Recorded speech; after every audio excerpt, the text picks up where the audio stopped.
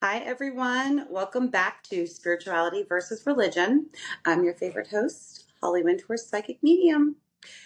I'm so excited for today. I have my dear friend Jenny with me, and we are going to be discussing her journey with religion, spirituality, and everything in between. Um, I was telling Jenny before we started, everybody has a story that leads them. You'll hear people talk biblically like they found Jesus and they healed these parts of themselves. And there's also this story with the spirituality of when we go through really deep, traumatizing events, they lead us to a greater opening, which is what I like to call spirituality. I tell everybody I believe in God. I believe in the energy of love, which I still believe is God. I don't care what you call it. Names are technicalities. So when I was talking to Jenny about before starting what we were going to get into, she's got a beautiful story. And Jenny even started like spirituality, kind of went back into religion, back through to spirituality. So I just kind of want to start kind of like where we started. Like, how did we Yeah. meet? We've been on TikTok. You found me. You found me and reached out to me. And it's funny because I tried to do coaching for survivors of abuse for a little bit, and you were the only person who reached out and connected with me on that. And it was after our call that I was like, this doesn't feel right. I don't want to be charging people to share their stories and to help them through this. I don't know if I've ever even told you that, but that was the No. reason. Yeah, that was the reason why I quit the whole coaching thing, because it's just like I loved being able to help you, but I hated the feeling of charging you money for it. So, yeah, that's how we met. Yeah. So let me give a little background to that for the people who don't know. So I was my partner now, Simi, is who I was with when Jenny and I actually we had just broke up when I met Jenny. And I know a lot of people who followed me have seen a lot of the bits and pieces. And my relationship was an extremely unhealthy relationship. And it was because we had two unhealed people. So my version was I was the victim and I wanted validation that I was right, that he was wrong. And I think that's really challenging today in this world because it's easy for us, if we're in the light of victim mentality, to place blame on someone else. Now, don't get it wrong. Everybody had a role. There were things Right. that we had to work on and work through. Well, But let me it, interject too that you also had somebody stalking you at the same time. So it kind oh, of played into what you felt was happening to you. So it wasn't completely total victimized mindset because you were being like I don't want to say attacked by a stalker, but you were being stalked. yeah. And that's Yeah, something I've never talked that about. played a role. Yeah, Yeah. Oh, no, it's totally fine plot because twist. this is what I always say about my show. We say Jesus take the wheel, I say Spirit take the wheel. So where we go is Right. where we go. So I think that's really important for you to bring that up because you're right. So I'll just share this bit because this isn't about me, but you're opening this up. So when I started going through my awakening, my spiritual journey, I was seeking God and I was in church and trying to fit those pieces together, and they weren't working. And 2021 is kind of like the great crumble. Everything fell apart, but it fell apart for me. But anyway, by January of 21, there was no one in my life but Semi. That was it, and we were fighting a losing battle because we did love each other. We didn't want to separate. We didn't want to give up on that 6 years of what we had tried to build. And then all this stuff starts happening. The weirdest, most off the wall, crazy things. And the irony to it all was it was when him and I would be fighting. Mm. So we actually had this conversation the other day, and there was a couple of times people showed up at the house even when he was there. But most of the time, it was if Simi and I had gotten into a huge fight, then someone shows up at my house. And I literally be like, he's sending people here. But then my rational mindset was like, he would not put that much energy into this. But who else would be doing it? So literally there were people coming to my house constantly, and they were different random people. And I think this is the scary thing about stalking in general. And you have an experience with this. It's literally proving that someone's literally stalking you, especially when they're getting other people to do their work for them. Because Mm. I had an Yeah. old woman at 11:45 p.m. show up at my house, And I knew she was coming. And this was the weekend him and I were not talking. We had been in a fight. I knew he was with his family, his cousins. And I'm like, oh, he has sent someone to the house. And I see this van pull up on the side of my house. And I'm like, you're crazy, Hollie. This is an old lady in a van. She's not here. And then I'm like, if she turns left, she's watching me. She turns left. Then she gets to the Mm. stop sign right there. And I'm like, if she turns left out of the neighborhood, she's here for me. She left. She came back. Saw her come back. So I jump up to go in the house. As soon as she saw me, she whips into the wrong side, facing the opposite direction. What is that? What is happening? Fireworks, Oh, huh? right. Wow. Went in the opposite. That's never happened. Went in the opposite direction. Hops out of her car and yells up to me and says, ma'am, do you do in-home health care? I was like, yeah, no, I got a minivan in my driveway. There's no ramp. What are you talking about? Well, someone said you did in-home health care. Yeah, not me. So those were things that happened. And I will tell you this one incident. And this is where I started to like lean into, he is, excuse my language, but he's mind fucking me. I Yeah. had started sleeping on my couch in March because I was so afraid. And this is when we were still together. Yeah. And these men had shown up at my house and they were in my garage. And crazy me went out into the yard. I'm like, what are you doing? Get out of my property. They're like, well, we're with a tree trimming company. We were going to trim some trees. I'm like, you have no equipment in your truck. You don't need to be in my garage. Leave. So I had a baseball bat that I slept with at this point. Yeah. And he had come over and it was after this and he sat on the couch and the bat was down in between the cushions and he pulls down, he's like, what is this? I'm like, it's my protection. And he laughed and he was like, you need to figure something out, whether you need to move or something, because this isn't going to save you. There's people watching you. Like in my unhealed, trauma driven mind in that moment, I was Mm. like, he's trying to make me fearful. So then I won't leave Manipulate. him because I need him. Right. Right. So, and I'll talk more about all that later, y'all. But that is how, because at this point, I literally thought I was crazy. I literally thought I was crazy and Mm-hmm. no one understood. And I felt so alone at this point. I had no one to talk to. And I literally remember telling Jenny, when I found her, I sat in my driveway for 2.5 hours and watched every one of her videos. And I was like, yes, yes, yes, yes. Oh my, it was like all of a sudden, like, this is my life. What is going on? So that is how we connected, of course. And I always say there are no coincidences. As Right. we've moved forward, a lot of healing's been done and a lot of clarification, like you said, with the stalker. So God brought us together for a reason, and it Oh, wasn't for the yeah. reason that I believed. And here we are. Um, so just kind of like go ahead and share a little bit, like once we kind of connected, like where your life kind of. Had been and came from. And Mm-hmm. so my story as of where I am now, I came through 12 plus years of abuse, including 5 years of post-separation abuse, just horrendous smear campaign, really awful accusations about me, my character, who I am, relentless abuse, nonstop, sometimes daily, a lot of times daily. But it all culminated this past year when I lost legal representation. And this is something that I very much feel was intuitively or spirit or God telling me when I walked out of that lawyer's office. And this was after 4 years of it was insane high conflict custody battle with my ex. I should have been scared to death. I remember walking out thinking I should be freaking out. But I had this sense of peace come over me, like this is exactly where I'm supposed to be and everything's going to be okay.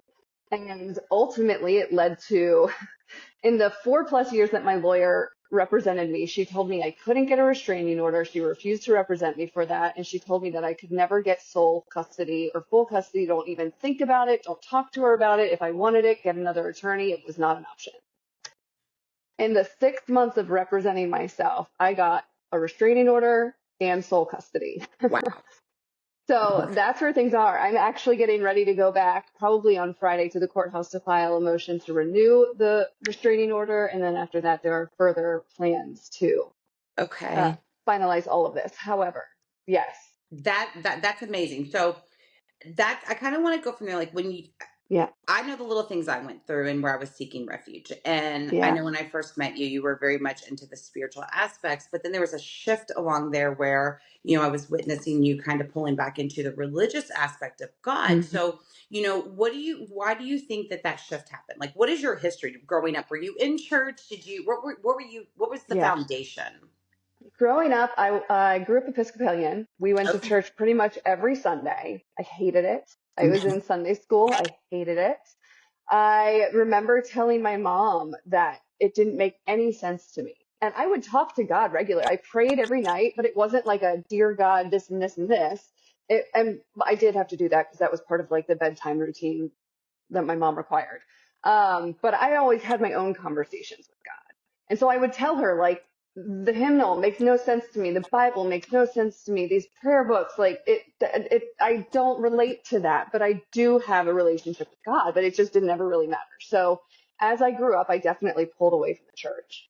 It wasn't until college, when my best friend, Jen, she was very religious, but more like a non-denominational. She was the one who kind of made religion cool again for me, you know?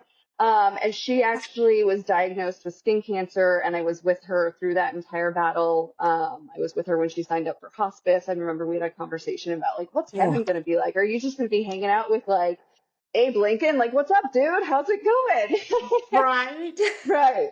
So I remember being there for all of that, and through her experience, and mind you, before she was diagnosed, this was the second time she was diagnosed with melanoma, but right before she was diagnosed the second time, about a month or two before that, her older sister passed away. Oh, So wow. she was really That's tough. going through it. Yeah, and she had every reason to be down on herself and scared to death and angry with the world, but she was anything but that.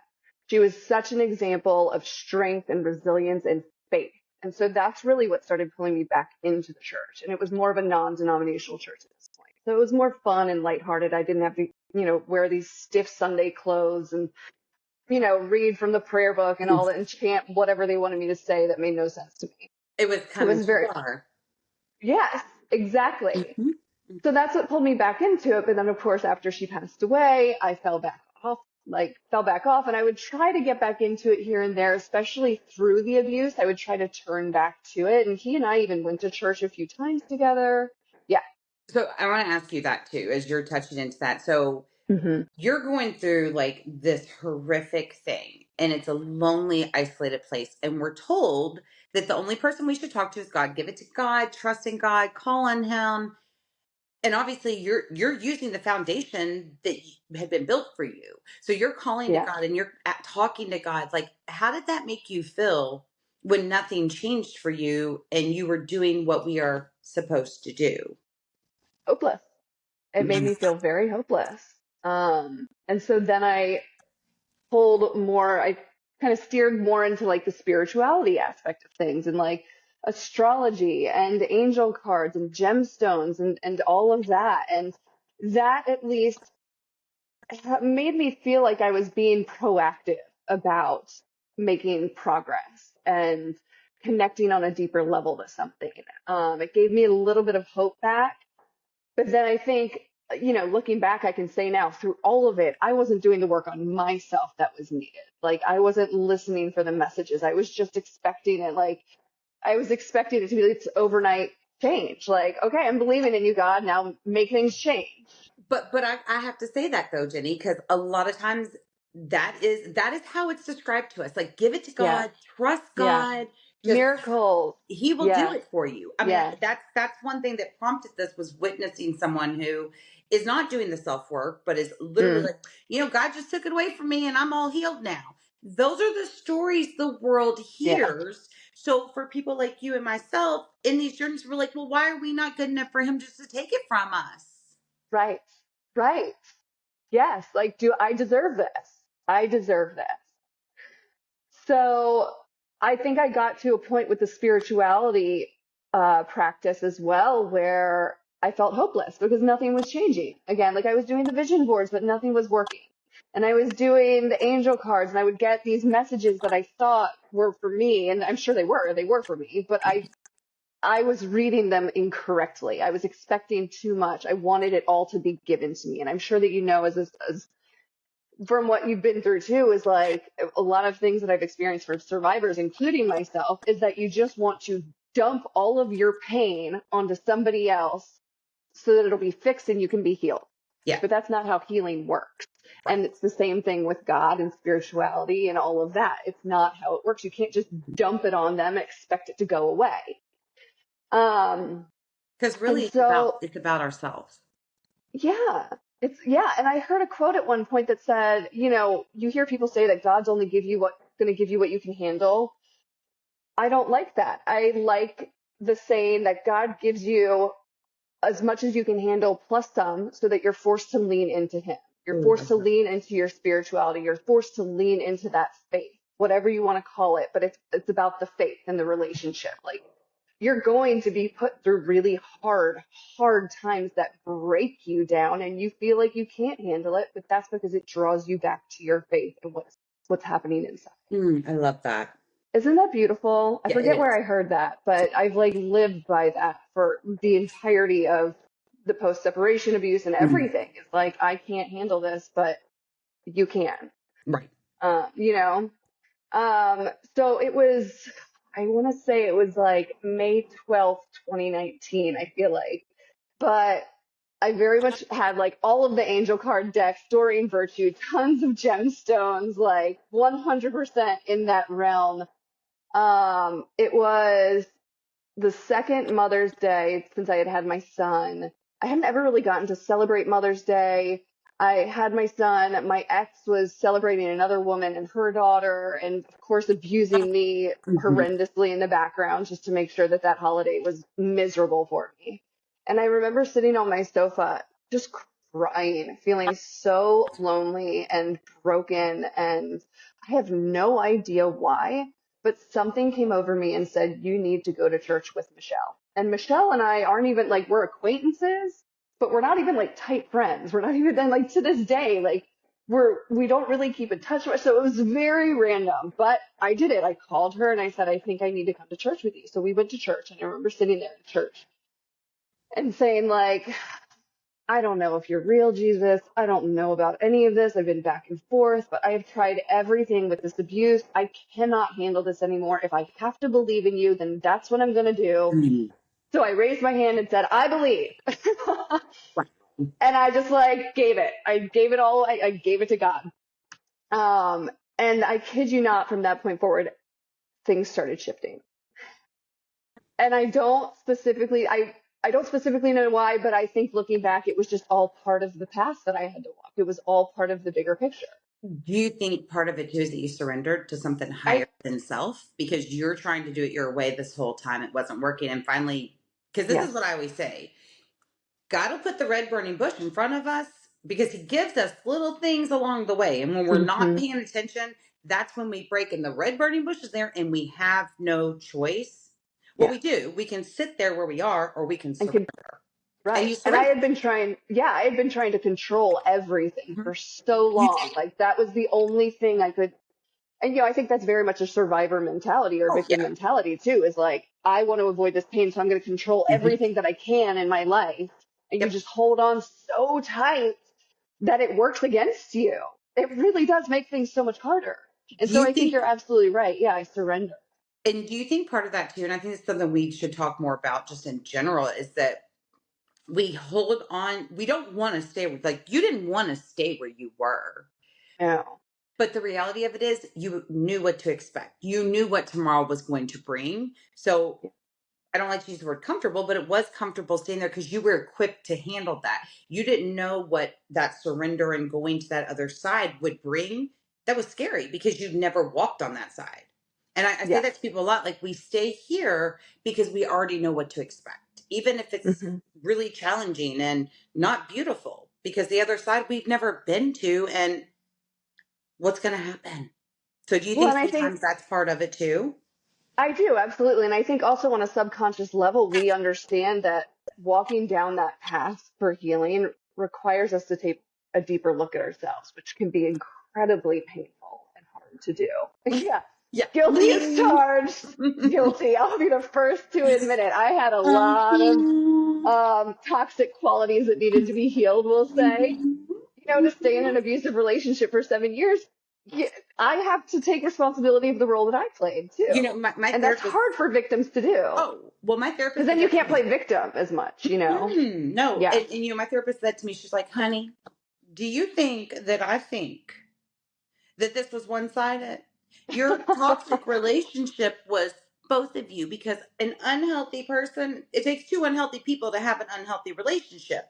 She was like, so sorry. And I was like, but it's safer and it was easier to make things be the way I wanted to be and to place blame on him and to make myself the victim, because it gave me an understanding, even though I still didn't, but it feels better to not be wrong.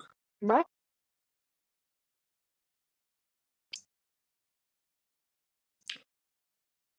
I lost you for a second. Yeah, so but I'll keep talking there. That was the part that was challenging to understand, is that it takes, literally the term, it takes two to tango, and it does. Because a healthy person isn't going to keep walking back into something that's unhealthy. Can you hear me Hmm. now? Yeah, there we go. There you go. We lost Okay, you for a second. You're sorry. good. No, you're good. Sorry. Somebody called me. I forgot to put my phone on Do Not Disturb, so That that's you're totally good. You're my good. fault. So Yeah. when you went into church, and I think when I met you though, because I was in 21, and when I met Okay. you, you still, like, I guess, and maybe you did have the religious background too, but I know you were opening to spirituality. But then there was a Yes. point after 21 where it was like, I saw you talking about God and posting, and I was like, good for her, because we all need some place to go. And then I also have seen the flip again back to kind of like where it's that neutrality, where you're just kind of finding your place, where you're finding your Mhm. peace. So what really, like, why do you think you shift from religion? Yeah. Because I believe that God is spirituality. So what do Yeah. you think that keeps you from shifting from the organization of the religion just back to the open faith of Yeah. the spirituality? Well, when I got back into religion after that day, I almost went through like an evangelical phase where I was like so into Jesus and God, and I read the Bible, I read the Old Testament, I read the New Testament, like I read it all. I did my daily devotions, I journaled, and when I journaled, it was my prayers to God, and I only listened to K-Love, and I would only, like, I was very strict on myself, yeah, about what went into my eyes and ears. And I Yep. only wanted it to be God. And I think part of that was my strategy and part of my healing too, because when my ex would get triggered and go into, I would call them his episodes, his entire body would change. Like Mm-hmm. his eyes would get Yes. black, his pupils would get so big, his whole eyes would get black, but you could see the whites all around them. His chest would puff out, his like arms would get more broad, he'd get this smirk on his face, and Mm. he looked demonic. He looked Yeah. like he had been like taken over by Satan or something. And Wow. so going into religion was really sort of my defense and my offense because I always told myself if it's God against Satan, God always wins.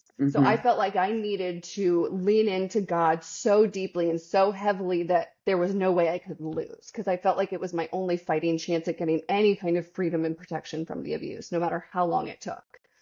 And so I think that's really why I took such a deep dive into it. And I cut off the news in 2020. I cut off watching any kind of Dateline or anything negative that would put negative thoughts in my mind. I was just so focused on God and Jesus and being strict on myself and all of the things, going to church every Sunday. When COVID hit, I watched church every Sunday. Like I was very much into it.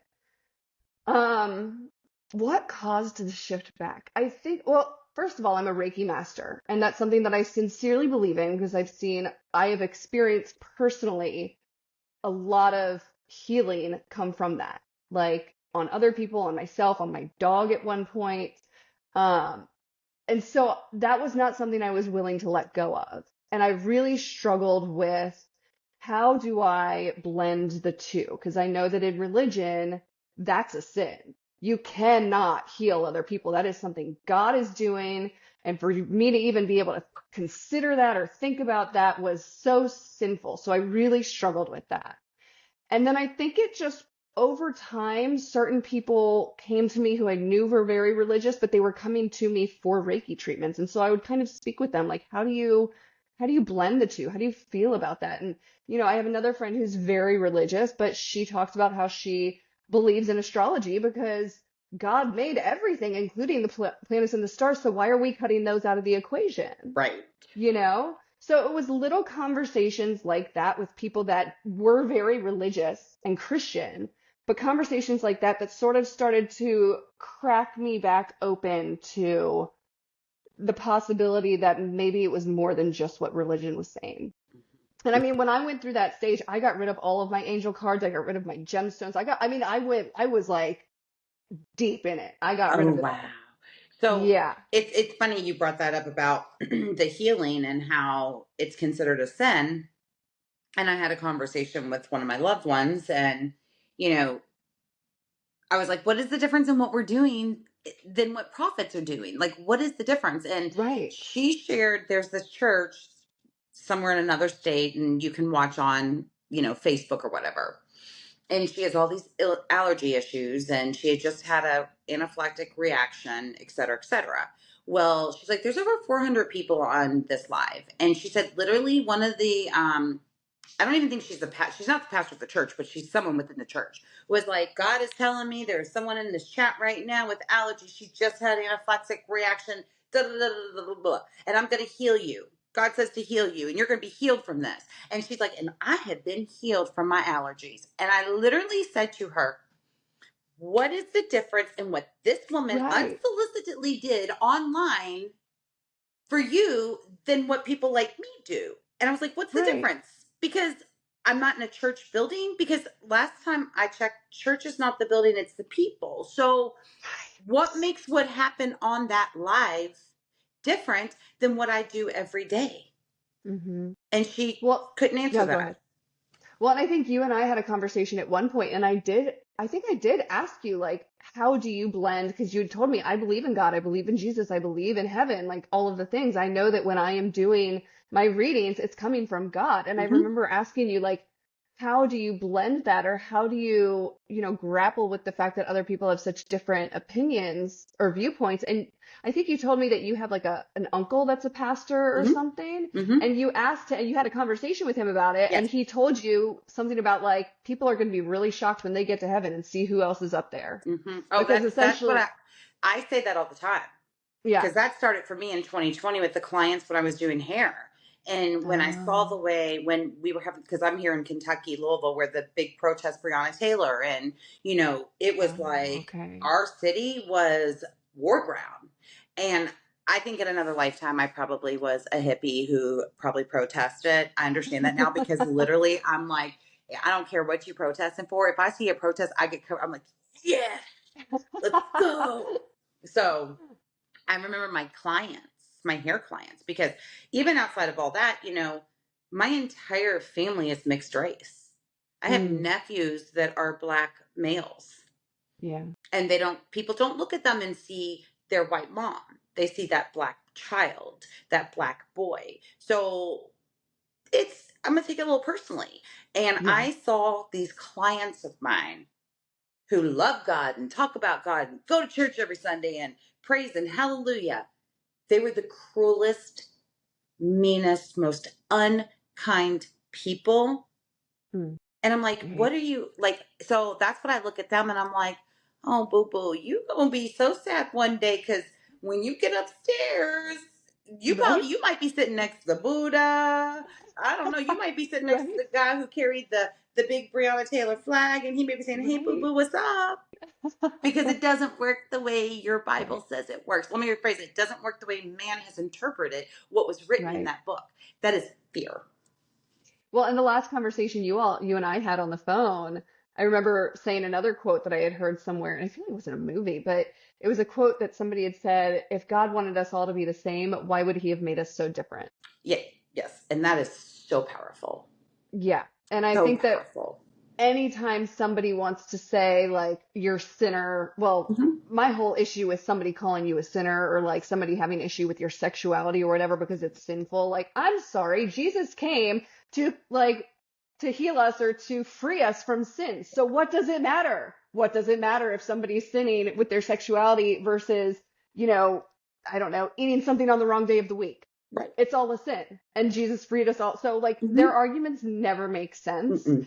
They're always hypocritical and they just like, ugh, it drives me crazy. Well, and I feel Yeah. like too, I always said this even when I was going to church. I feel like that the people that need something to believe in the most are the ones who are being rejected. And I feel Mm, like that's where our role comes in, where, we're not over here just predicting the future and connecting with, like, we are helping people yeah. see their light and to give them hope. I mean, literally, Yeah. I talk about that. Like, my job is to give the hopeless hope. You said it. You felt hopeless and you were seeking refuge from that. Yeah. And that's another conversation that talking about, which I'm planning on having episodes regarding this because this is an important topic to me, is the homosexual aspect of Mm, the religious views. And you know God loves us where we are. And literally, like, it was said to me, well, yes, you're born like that, and God knew you were going to be gay, but He sacrificed Jesus for you for our sins. But His hope is that you would purify and not live that life out.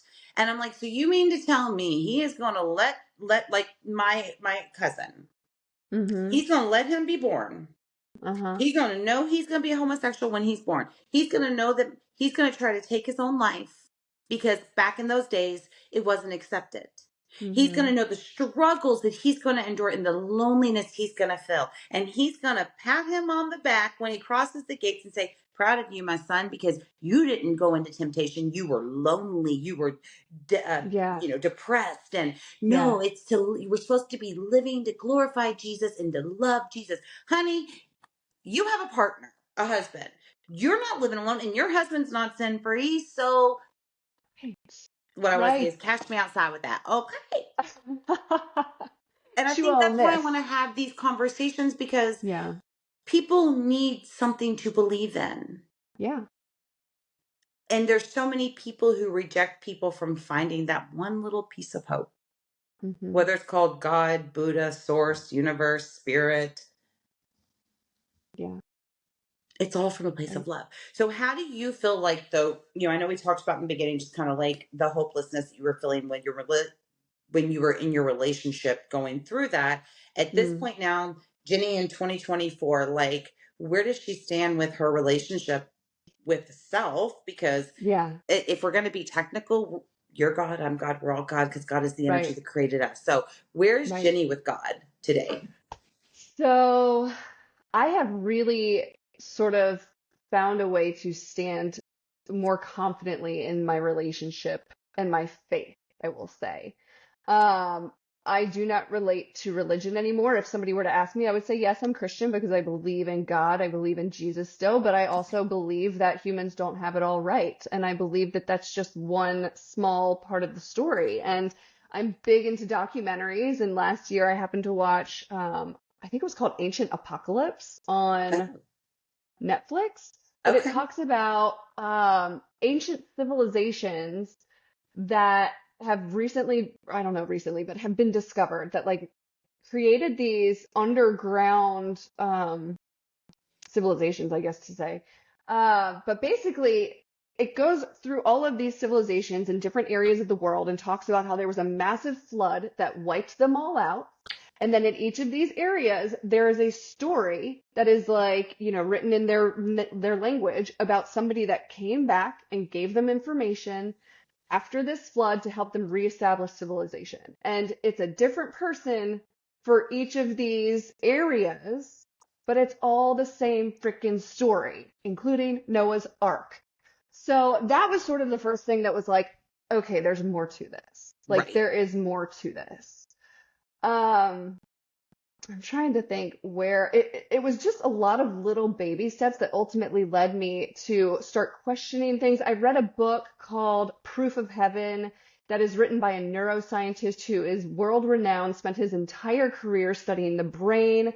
He was the first person to say consciousness dies when the brain is dead. There's nothing beyond that. Like you go into the ground, you turn into dirt, and that's the end of you. When the brain's dead, consciousness dies. However, he died. He had an experience where I think it was meningitis to a degree. Like he was in a coma for like 7 days or something. And his colleagues were the ones working on him, telling his wife, I'm sorry, even if he makes it out of this, he won't have any kind of cognitive functioning. His brain has been dead. There are no brain waves, Oh, wow. zero brain waves. And he talks about how 7 days later he came back and he made a full recovery. He travels around the world talking about his experience because he had an experience while he was unconscious, while his brain was dead. He talks about this experience that he describes as being more realistic and feeling like a higher, more conscious than he ever did in real life. So, and his description of heaven wasn't like what religion describes it to be, And but it's it's very not. much right. It's very much with spirituality. He talks about the overwhelming love that he just took over his, and he Yeah. said that even his words to this day, he doesn't know how to accurately depict his experience because there's nothing he could say that would ever make the human brain capable of understanding the capacity of love that waits for us in the beyond. And I have to tell you, and I'm glad you brought that up because I don't ever talk about this. I did a hypnosis a year ago, February, or 2 years ago, February, and it was to quit smoking, Mm. but I don't remember anything about it. Okay. Rochelle, who works with me at the Bodhi Tree, she did it. And the only thing I remember is going home. And I remember being home, and and I tell people, and people don't always like to hear it, my experience with connecting to loved ones who've passed on, hell's not Mm. what we were told hell is. Heaven's not what we were told heaven is. Like, we all have levels and we're all doing work, but God doesn't bring us over and torture us more. And Oh, I want to do a little disclaimer with that because, we always talk about we may not see justice here on earth, but God always takes care of the people, the sinners. There's someone I've always thought, like, when he dies, God will deal with him and he deserves every bit of it. But even at that point, as horrific of a thing that had happened, like, I look at it that he's going to have to deal with things and it comes back in different waves. So I've had acceptance with that because it's not what I thought, mm-hmm, what I was taught. Heaven mm-hmm. is not this, like, my granny said it to me, Jenny. She was like, now, Hollie, why do you wish your dad a happy heavenly birthday? He does not know any, he is not playing golf up there. What are you talking about? And that was in 2019 when she passed. And I will never forget, this is before I was doing my work.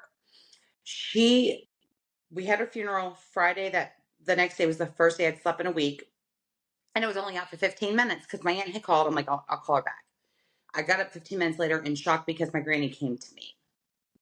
And I panicked when I saw my granny because my granny, in my opinion, is the next closest thing to Jesus on earth. Wow. And I was like, what are you doing here? You're supposed to be with God. You're supposed to be in heaven. And she winked at me and said, oh, honey, I've already been to see God. I still have some work left to do. Oh, So I understand that today. yeah. So, with that being said, though, when you talk about that, when we did that hypnosis, and I remember Mm. going home, and for me, what I saw in that hypnosis was I was in the sky. It was almost like being in the sky. It was just these puffy, beautiful clouds that I was just there. It, the feeling of love. Oh, I'm gonna get emotional talking about the feeling of Yeah. love that I felt there. I've never felt here before, and I Yeah. didn't want to come back. And I Yeah. remember Rochelle asking me why, and I was like, because of the pain and the hurt here. And nobody understands love. Like, this here is not love.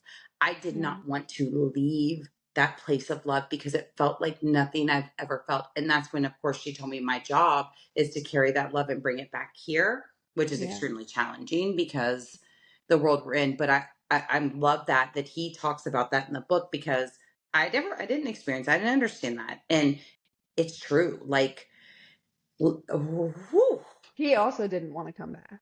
Wow. Yeah. Now he travels around the world instead of talking about the brain and consciousness, of which he probably still does, but he talks about his experience beyond consciousness Wow. And and I'm getting, tries to, like, yeah, this happens to a spirit. Like, I'm getting hot as fire, my ears ringing because that's I so love cool. that. I I love love that. that. Wow. So, I love talking to you too because I feel like you have all this information. Like, every time I talk, it's something different. And I do feel like you're very objective when you look at things. But I think, like, and you can correct me if I'm wrong, like, what I really get out of it though, it's kind of like we do things because this is what we're taught. And then we get to this place where we are like in desperation. So we're clinging to something to bring us to fulfillment. But at the end of it all, like you have that balance. Like, God, Yeah. like you said, like, God, I believe Jesus born and Yeah. died. I believe some things Yeah. I sometimes wonder though, because I'm like, how did Mary really get pregnant? Right. Was she really a Like, virgin? Like I do those things sometimes because I always tell somebody that I'm like, I don't have a uterus. Do you think God would ever pop a baby in my stomach? right.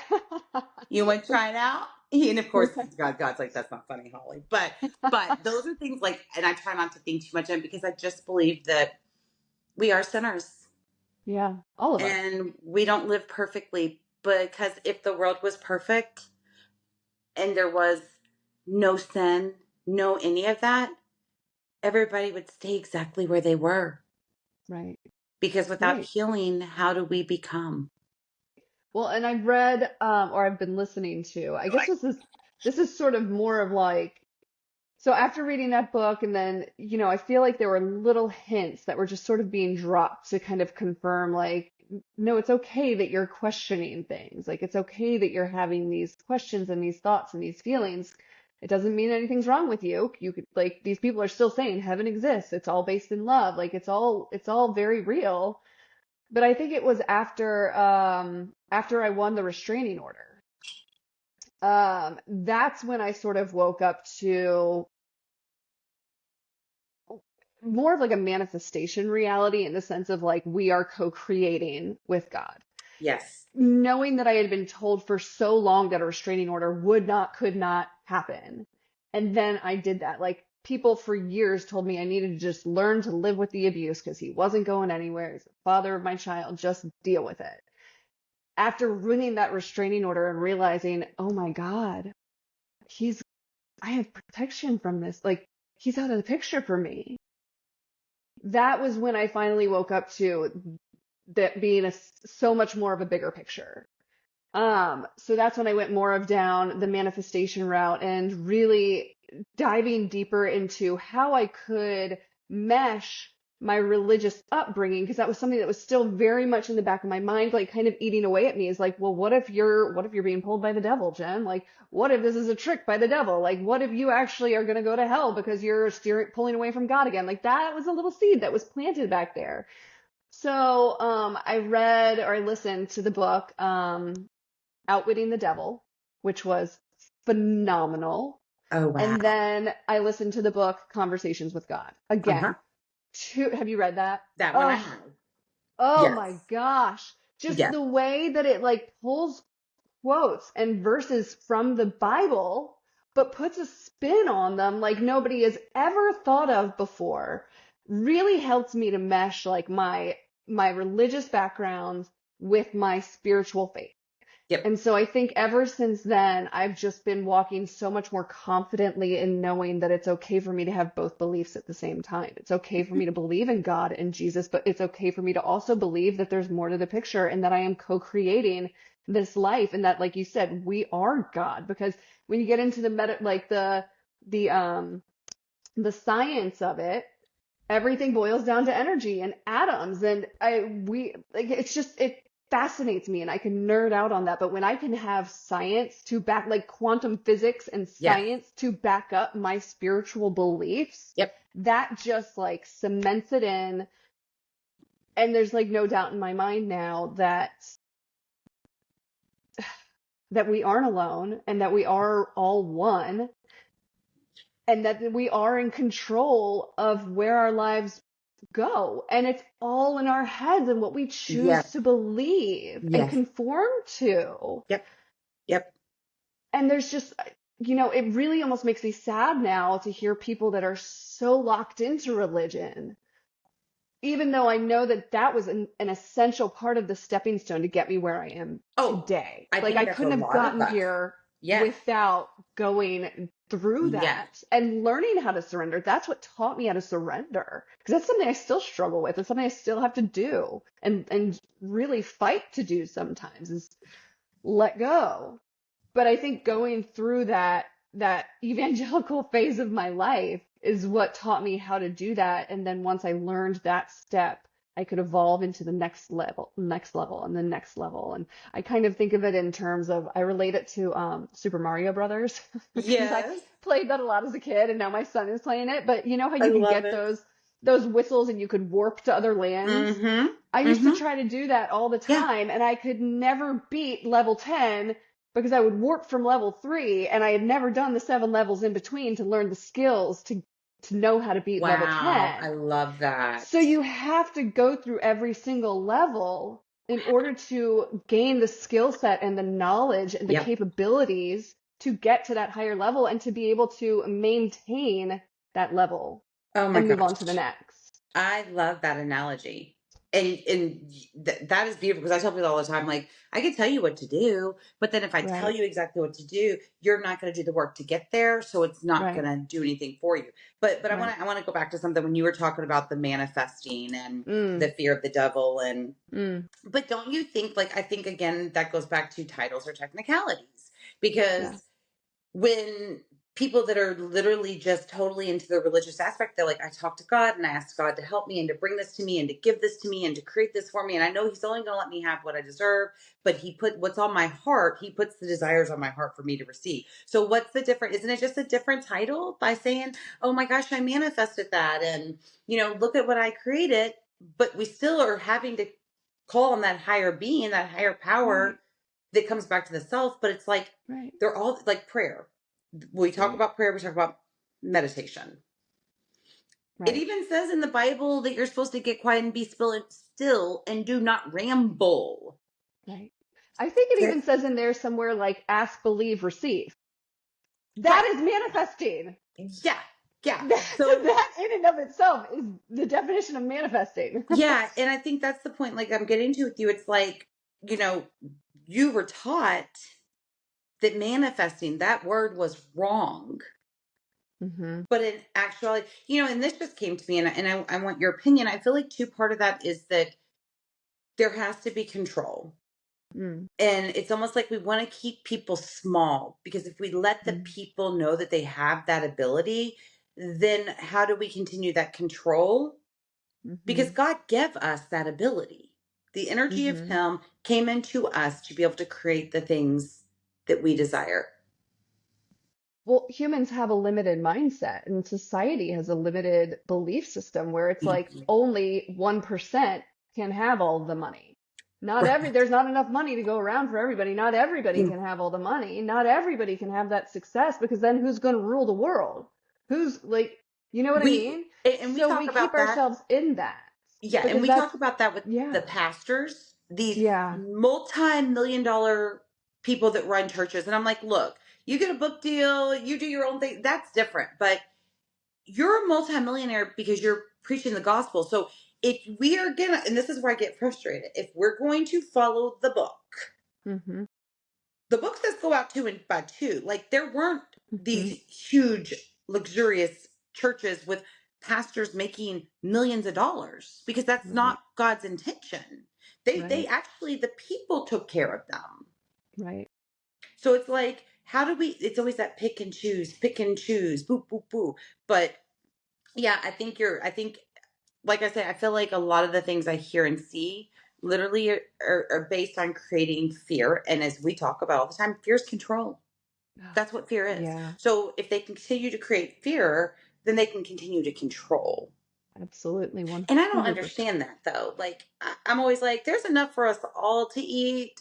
So why can't we just, support everybody where they are? Breathe. It's yeah. It's mind Yeah. blowing, and that I think that's the thing I wish people like, and that's the purpose of why I do this podcast is because I want people to see people on every different journey in their life, but to realize like you are enough and you are worthy and we all Mm. can receive the things that our hearts desire It's regardless on of our what we hearts for call a it. reason. Yeah. Yeah. And The God desire is places that there there. because it's meant for us. The only thing that's stopping us from getting that is the fear, Hmm. like you said. Hmm. Because if you can let go of the fear, and that's something that I've really been practicing and I've had to practice since getting the restraining order, walking up to Yeah. representing myself in court for sole custody, that was terrifying. I'm so proud And of you for that, though. thank you. Um, but yeah, walking up towards that, I had to tell myself fear is not going to be on the table. Fear is out of the equation. We are winning this. This is working out for us. God would not have gotten us this far if it wasn't supposed to be like this. Yes. And then after winning that, I I confidently say I manifested that. I co-created this Yes. situation because that's what was put on my heart. And I acted in love throughout the entire process. I wasn't, or as much as possible. We all Yeah. have our Yeah. pitfalls. Yeah. Yeah. I am human, but I feel like I learned my lessons. I did the growth work. I took a deep dive into myself to really learn what was necessary to get to that next level. Like, with Mario, like to acquire the skills and the knowledge and the growth that was needed to reach that level of success. And now I'm just continuing to move forward to the next level. You know what I mean? But it was letting go of that fear is so hard, but it is the most essential part of being able to live the life of your dreams and shift your mindset to attain your goals. And really, when things start happening, you realize that you can attain anything. It's not delusional. It's completely possible. The world is going to tell you it's delusional, but if you get into the quantum physics and the science of it all, like it all makes sense. Mhm. It all makes so much Oh, sense. yeah. You can't argue with the science, No, no. you know? So, for someone who's listening who may be on the journey that where you were and going through Yeah. things and just seeking that hope or trying to find that place where they can find that comfort, the strength they need, what advice would you give them right now? Lean into whatever feels right for you. If it's God and Jesus and religion, lean into it because that's part of your journey. That's the next step in your process. If it is questioning religion and pulling into more of a spirituality sense, lean into that. Like get the angel cards. I now have 2 more decks of angel cards that I got. Like I've got Yeah. the gemstones. I do all of that again now. I meditate, I do the breath work, I do it all. But really like learn to trust your intuition and what feels right for you. Let go of societal expectations, let go of religious norms, like let go of all of that and do what feels right for you because that, like you said, that's placed on your heart for a reason. There is something to learn from that. There is some way to grow from that. And if it feels good to you, then that is exactly where you're supposed to be. Mm, I love that. And then also, um, through your journey, I know that you still like to help and work with people. So what are you doing right now as far as offering help for people that may be stuck in places, relationships that are not healthy, etc.? Yeah. At this point, honestly, I did do a lot of I still do social media and like get on there and tell my story. And I've actually really been grappling with this because, for a long time I had some success on TikTok and it was really just by sharing my experience with abuse and being able to relate to other people and, inspire some hope and just to let people know like you don't have to stay stuck in this pain and this abuse and this mindset. Like there is another option. And now I'm at a point where I want to continue helping, and I'm not entirely sure how to make that happen. I've created an empowered healing guide for survivors to download and use, and I'm just not sure where the next stage of my journey is going, but I What still is do try to share my experience to inspire what is the empowered healing the um, guide. guide? So that is every single technique, modality, therapy that I used during those 5 years or the past 5 years when I was still living with relentless abuse. And if you've ever been through the family court system, you know that you are legally required to maintain contact with that person. You are legally required to continue sending your child over to an abusive situation which since you're required to maintain communication, you're legally required to maintain or to keep yourself open to abuse. So I had to Hmm. find a way to heal in the face of that abuse. I had to find a way to regulate my nervous system, to heal my physical body, to heal my spirit, to heal my mind, to heal all of that while I was still living with abuse. Right. And it was a lot. It took a lot. And, one thing I was fortunate is that I had a house that I could sell, and I had an IRA that I inherited from my dad that I could use, which I really put a lot of that into the legal battle. And I used a lot of it to also heal myself and try different modalities and see what really worked. And so this healing guide is a compilation of everything that I learned and everything that I did put together in one place for survivors to refer to so that they can customize their own healing practice, because Mm. healing isn't linear. It's going to be different for everybody. Different therapies are going to work for some people versus another. Different modalities are going to resonate more with one person over another.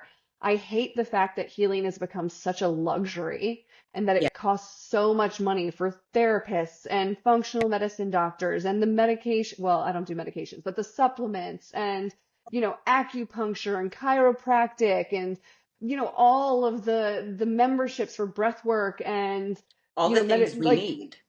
all the things that we need, because it's all necessary. Like healing is so much more than just going to a therapist and going to a gym and drinking more Mm-hmm. water. Like it is so much Yeah. more of a deep dive. And I really want to encourage people to open up to that.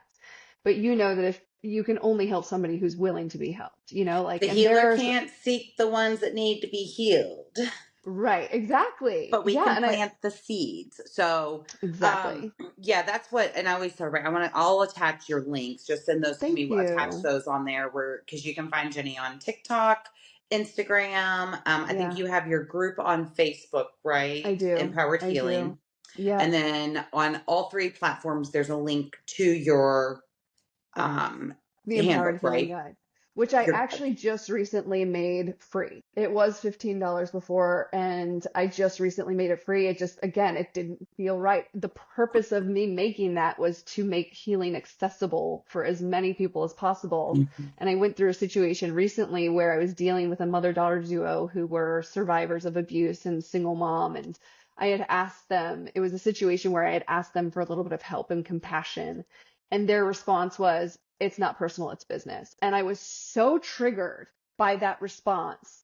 And I had to take a step back and say, okay, why am I triggered by this? Why is this triggering me? And I was thinking that I've never met, in my mind, I was like, I don't think I've ever met a survivor that was so much more focused on filling their pockets than they were on helping other people. And then it hit me and I was like, I need to make it free. If I'm triggered by this and having an issue with these women, I cannot be charging people. So I've made it more of like a donation based situation. If people feel Okay. inclined to donate, please, like by all means, that's much appreciated. But if they don't have it or they don't feel like it's necessary, then it's there for you. I just want people to be able to heal, and I want them to Hmm. have the resources to know what steps are needed to heal so that they're not just like fumbling through the dark like Yeah. I was. Because I know Yeah. that when you get out of that situation and you finally learn about what's happened to you and what you've been living through, my first thought was like, what now? Like, how Yeah. do I even start to heal from all of this? Like, and it was that alone was like an isolating experience and Just like not almost knowing where to go hopeless. or what to do. Exactly. So like Ugh. I recently made that free so that people Okay. can just have that to use and lean on, and hopefully I'll be able to continue sending out different resources via email or whatever it might through the groups of different ways to like heal your gut and reduce inflammation and Well, breath work that's opportunities another and whole mm. episode about our gut health and Oh my gosh. inflammatory issues. We need to have a Cortisol. whole one about that Yes. for Yes. sure, because it's all like that's what we always talk about, and people don't understand. It literally is mind, body, soul. We have to heal the Yeah. soul to heal the mind to heal the body, and Yeah. it literally begins within. Yeah. It So, does. um, I absolutely love you, and I think I really wanted to focus on the spirituality, religious aspects of things. But I will tell you, I think later on down, I'd like you to come back on because I would like to talk more in detail about your story because I feel like a lot of people Absolutely. need to hear it, especially people that may not be Yeah. on social media or that haven't connected. Because I remember having a conversation with you after you had won, Mm. and you were debating on whether or not you were going to share that because you felt bad for Oh people yeah. that were still going through it. And I remember saying to you, Jenny, we can get on social media and we can see everybody's stories and when they're in the trenches. We see it Yeah. every day. Right now, because you, again, the word you use, hopeless, the situation these women are in, they're hopeless. Give them Yeah. hope by knowing that you did this and you did this alone. Yeah. No, So thank you for I that always say you need to be reminder. very proud, and people need to hear what you've been through, what you've experienced, and how you have come on the other side. And I think a big thing and the most important thing is, well, healing is a journey, and it's messy and it's beautiful and it's foreign territory, Raw. and it's not perfect, but it's No. different, hmm And it's, and I it brings always hope. say, the pain of growth is so much better than the pain of staying where you are. Oh So my much gosh, better. yes. At least there is a light at the end of the tunnel. You might not know what's in store for you, and that is scary and it is painful and Mhm. hard. But so is staying in an abusive relationship or staying where you are that is making you so miserable. And you know what you're going to get if you stay where you are. But you don't know what's coming for you on the other side of that light at the end of that tunnel if you just start walking towards it. Mm, And it is so worth it. mm. Oh, I love that. I love it. So, what is your handle? Are they all the same handles on TikTok and Instagram? No, TikTok is Jen.Corson. And then Instagram, I'm sorry. No, Instagram is Jen.Corson. TikTok is Empowered Healing. Okay. So Yes. make sure you look her up on TikTok, Empowered Healing, and then you have a link tree that links to all your sites too. Okay. Yeah. Download the Empowered Healing Guide. We all need healing work regardless of our situation. So yeah, I'm very proud of you. And just Thank to you. see, like we talk about, just I mean, gosh, both of us just in less than 3 years, like the journey and how Yeah. the road has just changed. And we could have Yeah. stayed where we were and still be in the same spot, but we both chose to go in different directions. And Right. it's when we got to the top of one mountain, we kept climbing because there's always another one. And I'm just honored that even though our journeys are in separate states and separate, that we're able to come together and just to see the Right. growth and to see the truth in what Yeah. believing in that power of spirituality of God and And in literally yourself. trusting. Yeah, and believing in yourself too. And Yeah, now I turn to you for help. I'm the one who calls you, like, let's set up an appointment, please. I'm so proud well, of you too. Like your story is incredible also. And thank you're a you. totally different person from when I met you. We both are. We I'm proud of both both of are. us. And this is Yeah. one thing I always remind people, though, that person's still a part of who we are. And now it's just our highest forms because we had to experience that to become what Yeah. we are now. We couldn't be here if it weren't for that person No. too. And even that victim who thought she was completely crazy and didn't know if she was coming and going, I will love that girl forever because she brought me to you, you Right. know? Yeah. Yeah. So, oh my goodness. Well, thank you so much. I absolutely adore you. And I'm definitely going to have you back again because we got a lot we can talk about. Oh yeah. Um, All right, everybody. Thank you for tuning in. And until next time, make sure you're following along Spirituality versus Religion. Signing off, Hollie Windhorst, your favorite psychic medium. Bye.